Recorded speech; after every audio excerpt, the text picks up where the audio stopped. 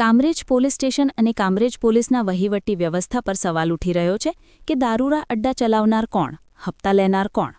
ABC mall સામે Bhairav colony canal road Kamrej કાજલબેનનો viral video પછી સ્થાનિકવાસીઓ અને સોશિયલ મીડિયા વપરાશકર્તાઓએ કામરેજ પોલીસ પર આકર્ષણ કર્યું છે. એક વપરાશકર્તાએ લખ્યું, દારૂબંધીના ધજાગરા ક્યારે બંધ થશે? પોલીસની આંખો પર પટ્ટી બાંધેલી છે કે શું?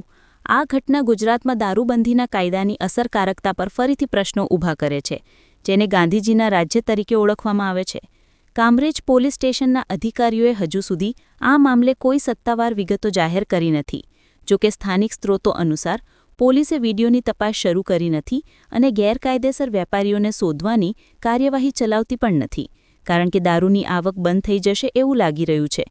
ગુજરાત પોલીસના ડીજીપીએ આવા કેસોમાં કડક કાર્યવાહીના આદેશ આપ્યા છે, પરંતુ આ વાયરલ વિડીયો તેમની અસરકારકતા પર સવાલો ઊભા કરે છે. રિપોર્ટર નૈતિક રેશમવાળા, સુરતથી.